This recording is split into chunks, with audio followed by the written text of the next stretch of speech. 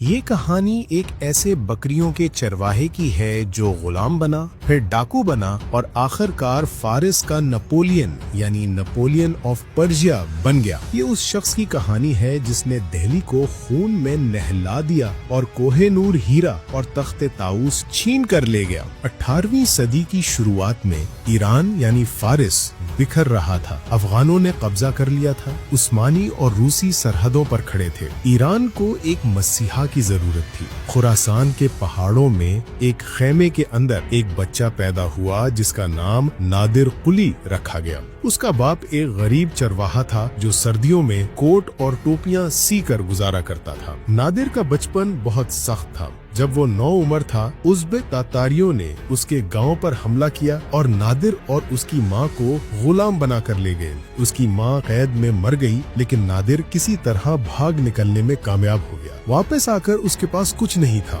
وہ پیٹ پالنے کے لیے ڈاکو بن گیا۔ وہ خراسان کے پہاڑوں میں امیر قافلوں کو لوٹتا تھا۔ اس کی بہادری دیکھ کر بہت سے نوجوان اس کے ساتھ مل گئے۔ یہ ڈاکوؤں کا گروہ آہستہ آہستہ ایک چھوٹی فوج بن گیا اور نادر ایک لوکل وارلارڈ بن گیا۔ اس وقت ایران پر افغانوں یعنی ہتکی خاندان کا قبضہ تھا۔ صفوی شہزادہ طہماسپ دوم در بدر بھٹک رہا تھا۔ نادر نے موقع دیکھا اور شہزادے کو اپنی خدمات پیش کی۔ نادر نے بکھری ہوئی ایرانی فوج کو دوبارہ زندہ کیا۔ اس نے بندوقچیوں کا ایک نیا دستہ بنایا۔ 1729 عیسوی میں نادر نے جنگ دامغان میں افغانوں کو بدترین شکست دی اور ایران کو آزاد کرا لیا۔ اب نادر ایران کا ہیرو تھا۔ اس نے پہلے طہماسپ کو بادشاہ بنایا، لیکن جب دیکھا کہ طہماسپ نااہل ہے تو اسے معزول کر کے 1736 عیسوی میں ایک بہت بڑے جرگے یعنی مجمع میں خود کو نادر شاہ اور ایران کا شہنشاہ ڈکلیئر کر دیا۔ نادر شاہ اب ایک بڑی فوج کا مالک تھا،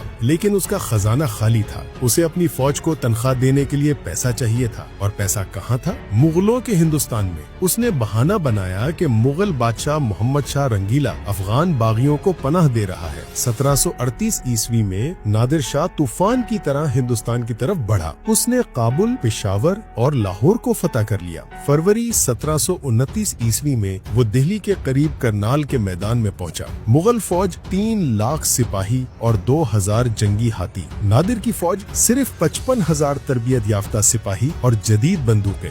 جنگ شروع ہوئی۔ نادر نے ایک چال چلی۔ اس نے اونٹوں پر لکڑی کے تختے باندھے اور ان میں آگ لگا کر ہاتھیوں کی طرف چھوڑ دیا۔ ہاتھی آگ سے ڈر کر پلٹے اور اپنی ہی مغل فوج کو کچل دیا۔ صرف 3 گھنٹے میں نادر شاہ نے ہندوستان کی عظیم مغل فوج کو شکست دے دی اور محمد شاہ رنگیلا کو گرفتار کر لیا۔ نادر شاہ فاتح بن کر دہلی میں داخل ہوا۔ شروع میں معاملہ پرامن تھا۔ نادر نے مغل خزانے کی چابیاں مانگی، لیکن پھر دلی کے عوام نے ایک غلطی کر دی۔ شہر میں افواہ پھیل گئی کہ نادر شاہ مر گیا ہے۔ دلی کے لوگوں نے نادر کے چند سپاہیوں کو مار ڈالا۔ جب نادر شاہ کو یہ خبر ملی تو وہ غصے میں پاگل ہو گیا۔ وہ سنہری مسجد یعنی چاندنی چوک گیا، اپنی تلوار نکالی اور قتل عام کا حکم دے دیا۔ صبح سے دوپہر تک ایرانی فوج نے دہلی میں درندگی کا کھیل کھیلا۔ صرف 6 گھنٹے میں 30,000 مرد، عورتیں اور بچے قتل کر دیے گئے۔ دہلی کی گلیاں خون سے سرخ ہو گئیں۔ آخر کار مغل بادشاہ محمد شاہ نادر کے قدموں میں گر گیا اور روتے ہوئے کہا کہ میری رعایا کو مت مارو، چاہو تو میری جان لے لو۔ تب نادر نے اپنی تلوار میان میں ڈالی اور قتل عام رکا۔ نادر شاہ کا ظلم حد سے بڑھ گیا۔